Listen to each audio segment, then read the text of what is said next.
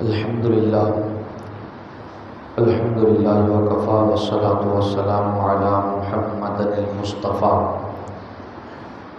وعلی آلہ واصحابہ الذین سعیدوا فی معارج الحق والہدی وخلفاء ساداتنا ابی بکر الصدیق وعمر الفاروق العظم وعثمان ذی النورین واسد اللہ الغالب علی المرتضی وابن الامام حسن المجتبی وسبط الامام حسین الشہید الدافعی الکرم والبلہ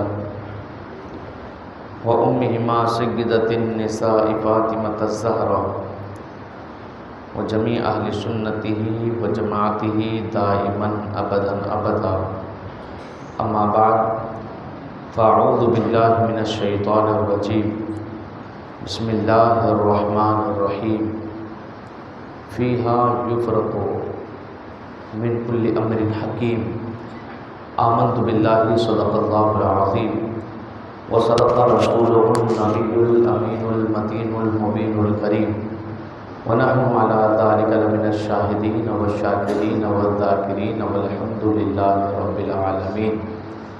آئیے ہم اور آپ تلاوت کردہ آیت مبارکہ کے متعلق کچھ کہیں کچھ سنیں۔ اس سے قبل اپنے اسلاف کے طور و طریقہ کے مطابق دستور اہل سنت پر عمل کرتے ہوئے اپنے پیارے آقا رحمت عالم جان عالم سید عالم ارواح النافذہ جناب محمد رسول اللہ صلی اللہ علیہ وسلم کی بارگاہ ناز میں محبت عقیدت الفت و ادب کے ساتھ درود پاک نذران محبت پیش کرتے چلیں۔ اللہم صلی علی سیدنا مولانا محمد معدن الجود والکرم وآلہ بارک وسلم صلاۃ و سلام علیک یا رسول اللہ صلی اللہ تعالی علیہ وسلم۔ ایک مرتبہ اور محبت کے ساتھ اللہم صلی علی سیدنا مولانا محمد معدن الجود والکرم وآلہ بارک وسلم صلاۃ و سلام علیک یا رسول اللہ صلی اللہ تعالی علیہ وسلم۔ ایک مرتبہ اور حصول برکت کے لیے اللہم صلی علی سیدنا مولانا محمد معدن الجود والکرم وآلہ بارک وسلم صلاۃ و سلام علیک یا رسول اللہ صلی اللہ تعالی علیہ وسلم۔ اللہ تبارک و تعالیٰ کا احسان عظیم ہے کہ اس نے ہمیں اور آپ کو ماہ شعبان المعظم جیسا عظیم مہینہ عطا فرمایا، اور اس ماہ مبارکہ کی برکتوں سے اللہ تبارک و تعالیٰ نے اپنے محبوب کے صدقۃ فعل ہمیں اور آپ کو اپنی رحمتوں برکتوں سے مالا مال فرمایا۔ ماہ شعبان المعظم وہ عظیم مہینہ ہے کہ جس کے تعلق سے مصطفیٰ جان رحمت صلی اللہ تعالی علیہ وسلم نے ارشاد فرمایا ہے شعبان شہری و رمضان شہر اللہ، کہ شعبان میرا مہینہ ہے اور رمضان اللہ کا مہینہ ہے۔ یعنی اس ماہ مبارکہ کو اس قدر اللہ کے رسول صلی اللہ تعالی علیہ وسلم سے نسبت ہے کہ حضور اس ماہ مبارکہ کو فرماتے ہیں مہینہ میرا مہینہ ہے، اور حضور جسے اپنا کہہ لیں اس کی شان کتنی بلند و بالا ہے، سبحان اللہ۔ لہٰذا بڑا مبارک مہینہ ہمارے اور آپ کے درمیان ہے، یہاں تک کہ اللہ کے محبوب مصطفیٰ جان رحمت صلی اللہ تعالی علیہ وسلم ارشاد فرماتے ہیں کہ ماہ رجب اور ماہ رمضان کے درمیان جو مہینہ ماہ شعبان ہے، لوگ اس کی عظمت سے غافل ہیں، یعنی بڑی برکتوں والا مہینہ ہے، مگر لوگ اس کی عظمتوں کی قدر نہیں کرتے۔ صحابہ کا، تابعین کا اور اسلاف امت کا طریقہ یہ رہتا کہ وہ اس ماہ مبارکہ کے اندر قرآن پاک کی بڑی تلاوت کیا کرتے، اس ماہ کے اندر اپنی زکوٰۃ ادا کر دیا کرتے تاکہ ماہ رمضان کے اندر کسی غریب کو روزہ رکھنے کے اندر دشواری پیدا نہ ہو، کسی قسم کی انہیں رکاوٹ اور دقت محسوس نہ ہو۔ جہاں ایک مالدار خوشی خوشی ماہ رمضان کے اندر عبادت کرتا ہے، تو ایک غریب آدمی بھی پھر کمانے کی فکر سے آزاد ہو کر کے ماہ رمضان کے اندر خوب عبادت کریں۔ یہ ہمارے اسلاف کی فکر ہوا کرتی تھی۔ لہٰذا ہم اور آپ بھی اس ماہ مبارکہ کے اندر برکتیں حاصل کر رہے ہیں۔ اس ماہ کے اندر ایک رات آتی ہے جسے ہم اور آپ شب برات کے نام سے جانتے اور پہچانتے ہیں۔ شب برت بھی بڑی پیاری رات، بڑی رحمتوں والی رات ہے، اور بزرگوں نے اس کے تعلق سے ارشاد فرمایا، شعبان المعظم کے نام کے تعلق سے بزرگوں نے ارشاد فرمایا تو حضور غوث پاک رضی اللہ تعالیٰ عنہ اپنی مشہور زمانہ کتاب غنیۃ الطالبین کے اندر ارشاد فرماتے ہیں کہ شعبان کتنی عظمتوں برکتوں والا ہے، اس کے نام سے اسی کی عظمتوں کو سمجھا جائے کہ شین کہ شعبان 5 حرف سے بنا ہے، اس میں شین ہے، عین ہے، با ہے، الف ہے اور نون ہے۔ شعبان کی شین اشارہ کرتی ہے شرف کی طرف، کہ شین سے مراد شرف ہے، اور شعبان کی عین سے مراد علو یعنی بلندی مراتب مراد ہے، اور شعبان کی با سے مراد بر یعنی نیکی اور بھلائی ہے، اور شعبان کے اندر جو الف آتا ہے اس سے مراد الفت ہے یعنی محبت ہے، اور نون سے مراد نور خدا ہے، نور مصطفیٰ ہے، سبحان اللہ۔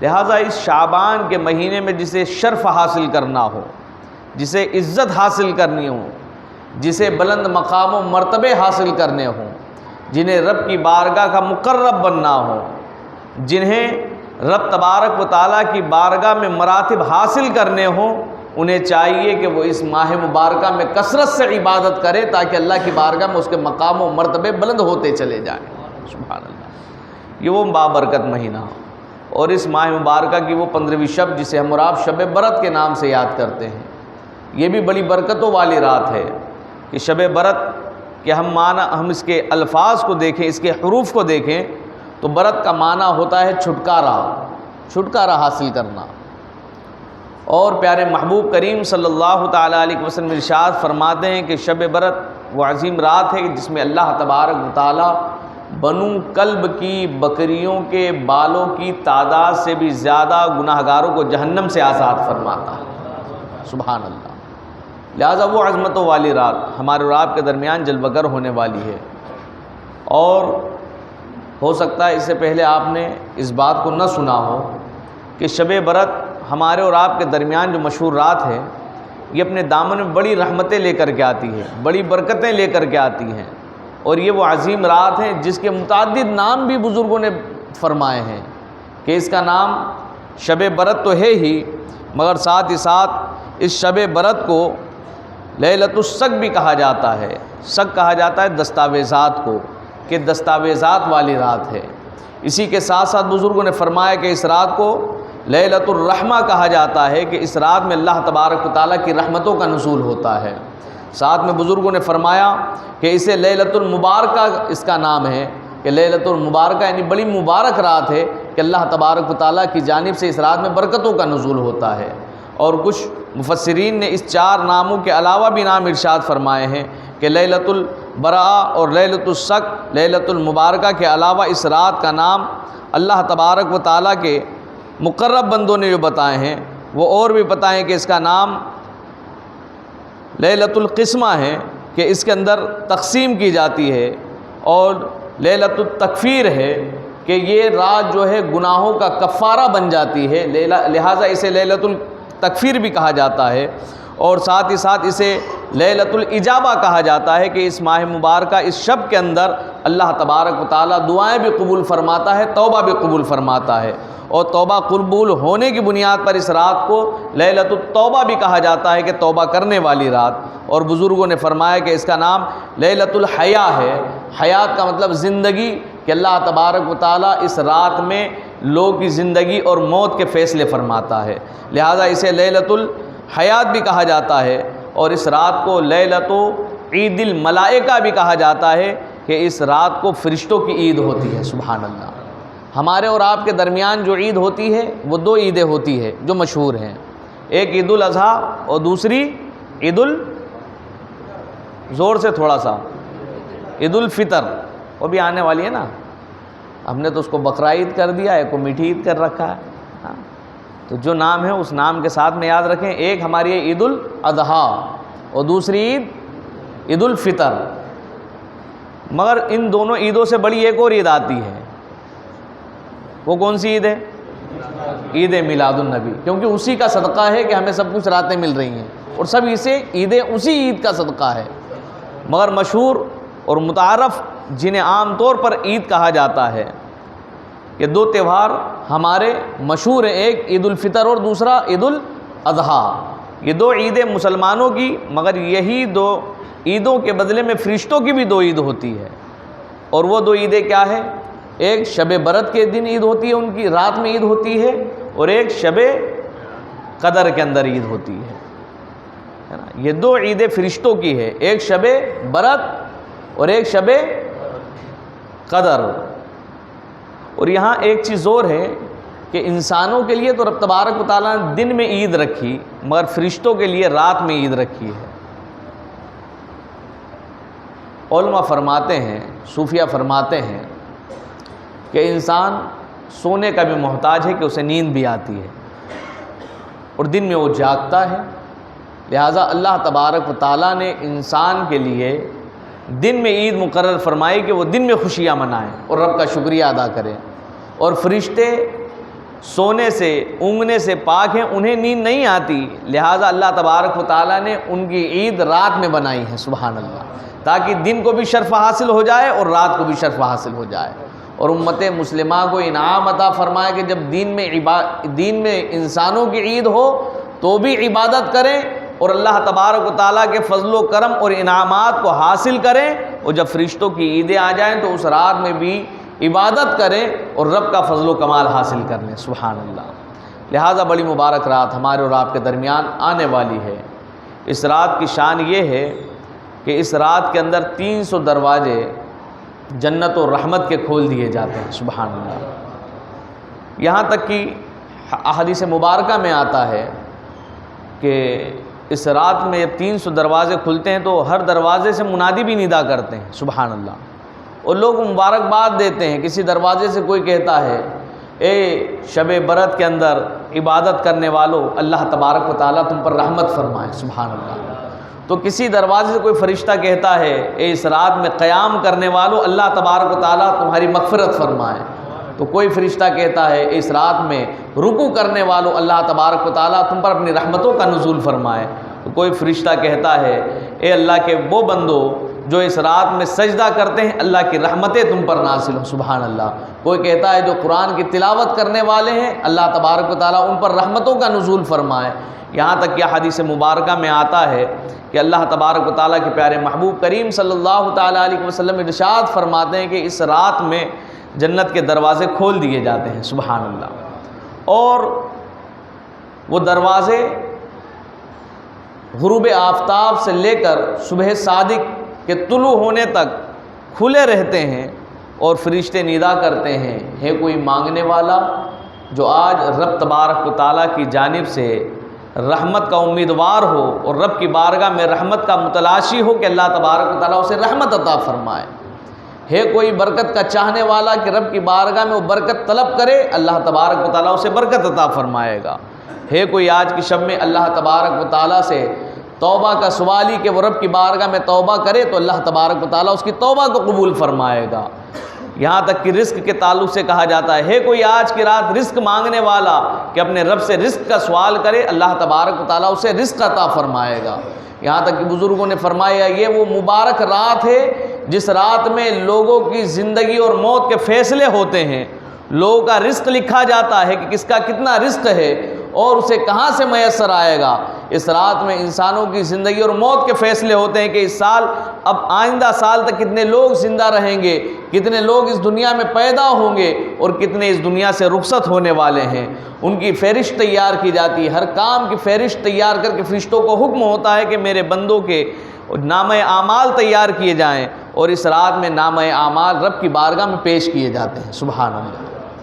لہذا حضور علیہ السلام کا معمول دیکھیں اس ماہ مبارکہ کے اندر، احادیث کریمہ کے اندر آتا ہے کہ حضور علیہ السلام اس ماہ مبارکہ میں کثرت سے روزے رکھتے تھے، بالخصوص 14 اور 15 شعبان کا اللہ کے رسول صلی اللہ علیہ وسلم روزہ رکھتے تھے۔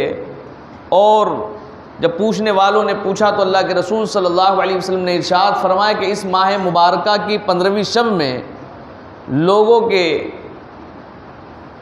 اعمال نامے ترتیب دیے جاتے ہیں، ان کا رزق لکھا جاتا ہے، ان کی تقدیریں لکھی جاتی ہے۔ لہٰذا میں پسند کرتا ہوں کہ جس رات میں میری تقدیر لکھی جائے تو اس سے پہلے والے دن میں بھی میں روزہ دار رہوں، اور رات میں شب بیداری کرنے والا بنوں، اور پھر صبح کے اندر میں روزہ دار ہوں۔ سبحان اللہ۔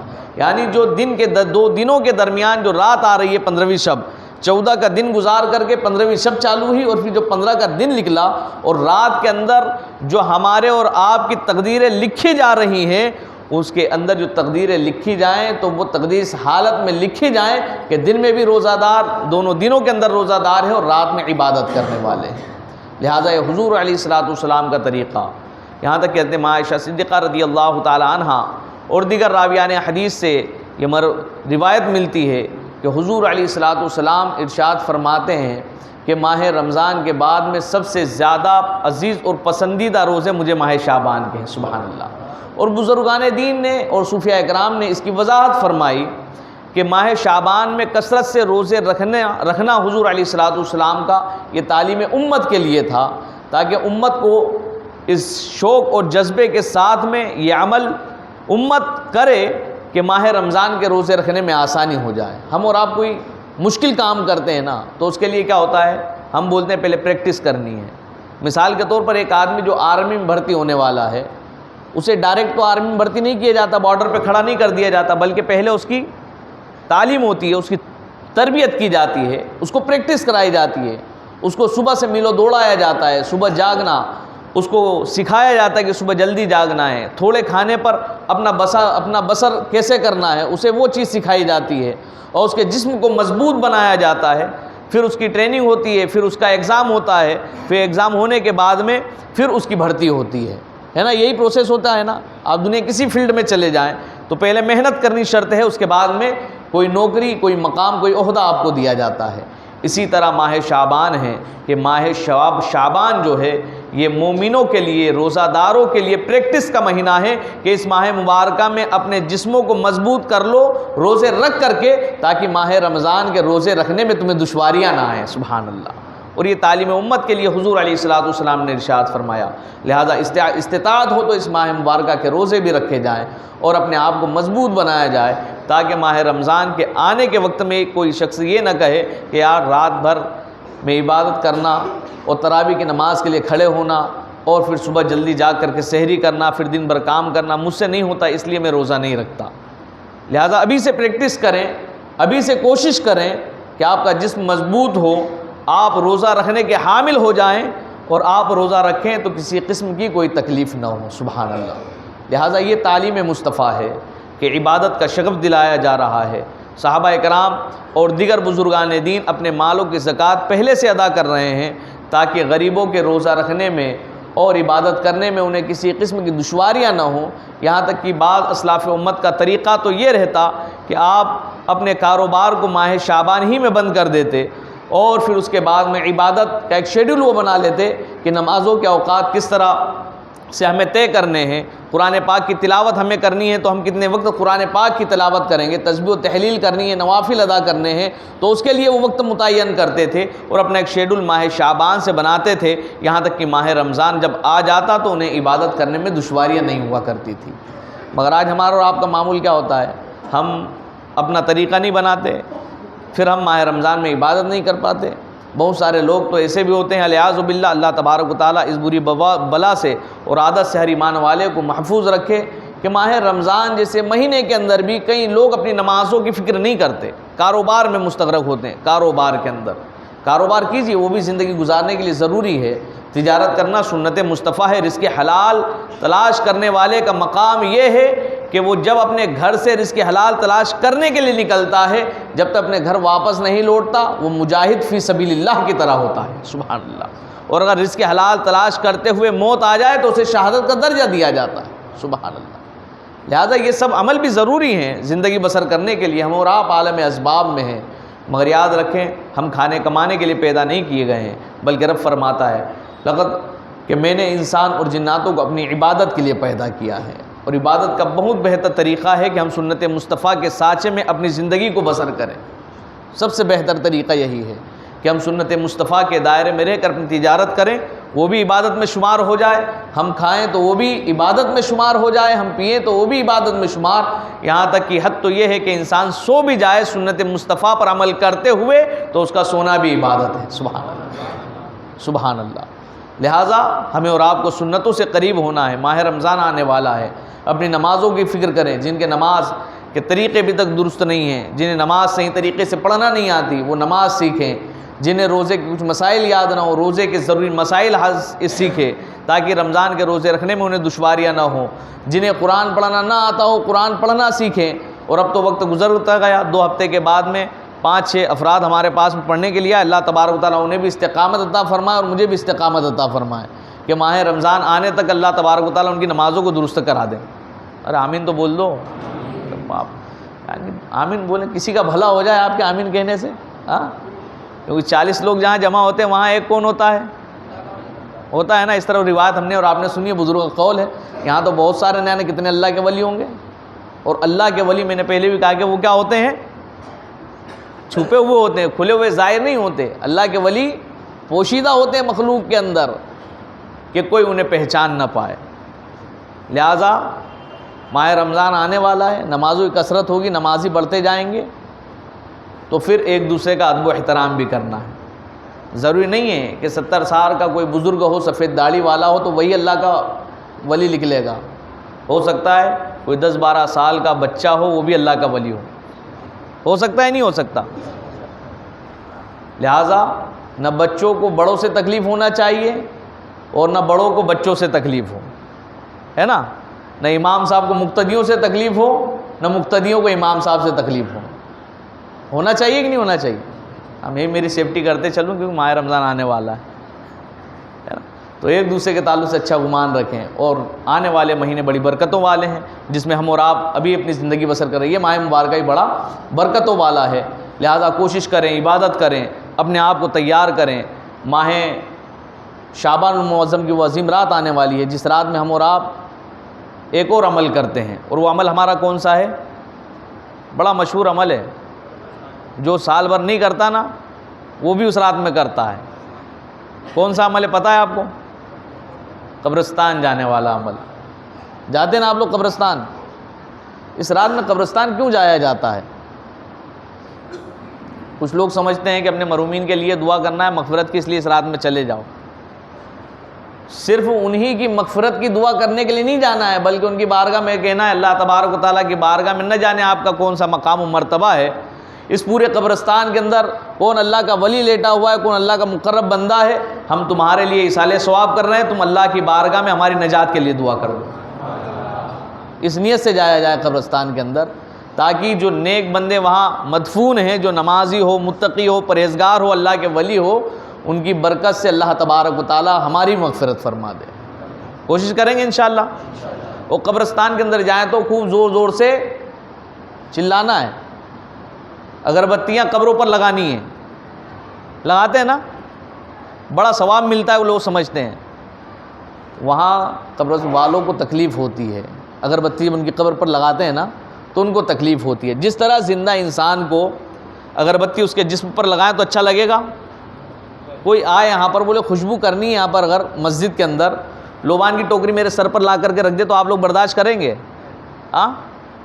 کیوں؟ مسجد میں خوشبو کرنا چاہ رہا ہے نا وہ، تو آپ بولیں کیسا جاہل آدمی یار، امام صاحب کا سر ہی تجھے ملا پوری مسجد کے اندر، کسی ایک طرف کونے میں لگا دیتا اگر تجھے خوشبو ہی کرنی تھی تو، یہی آپ کہیں گے نا۔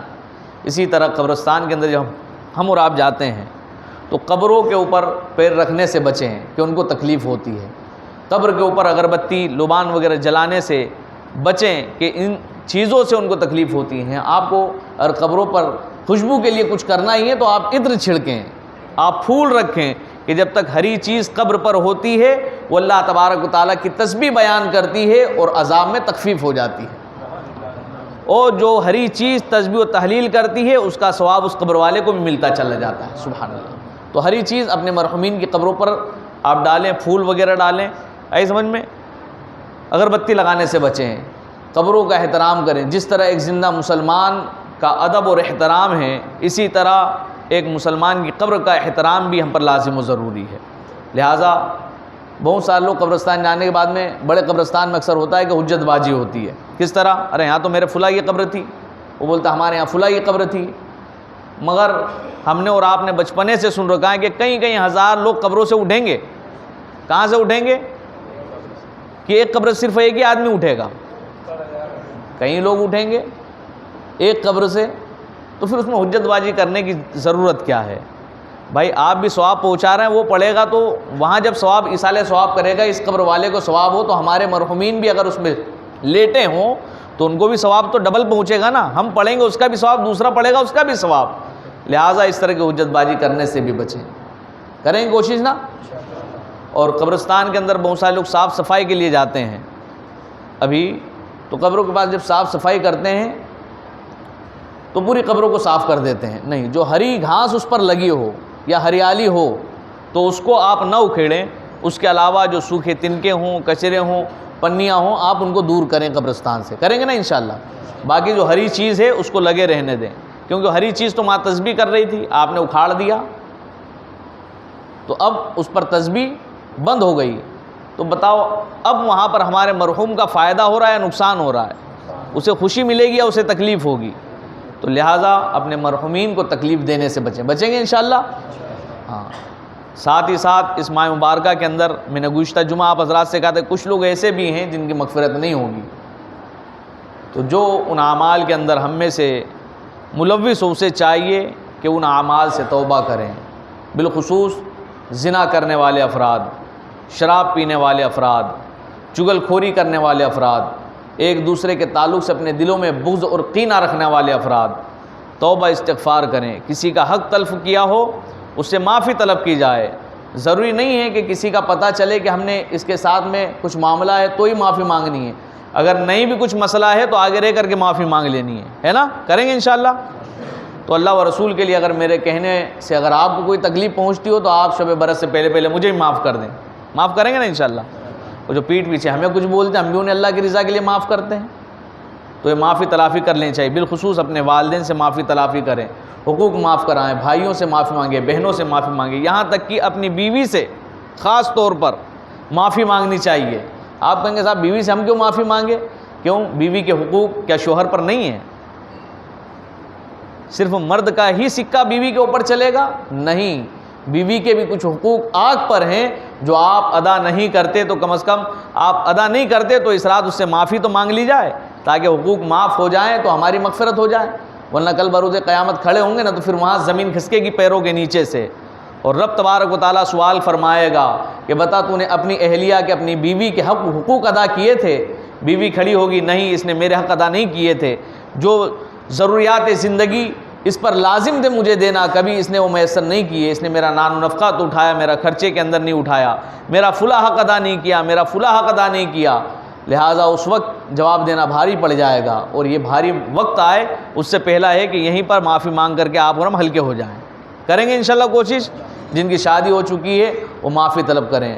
اللہ رب العزت ہمیں اور آپ کو معافی مانگنے والا اور معاف کرنے والوں میں شمار فرمائے، اور اپنے مغفور و مرحوم بندوں کے اندر اللہ تبارک و تعالی ہمارا بھی شمار فرمائے. کہنے میں، سننے میں، سمجھنے میں کسی قسم کی لغزش یا خطا واقع ہوئی ہو مولا کریم اپنے حبیب علیہ الصلوۃ والسلام کے توسل سے معاف فرمائے. استغفر اللہ ربی من کل ذنب واتوب الیہ. اشہد ان لا الہ الا اللہ واشہد ان محمدا عبدہ ورسولہ. کھڑے ہو جائیں. جن حضرات نے صفیں ادا نہ سنتیں ادا نہ کی ہوں صفوں کو درست کر کے سنتیں ادا کر لیں. جو حضرات پیچھے کھڑے ہیں اوپر کافی جگہ ہے، اوپر چلے جائیں.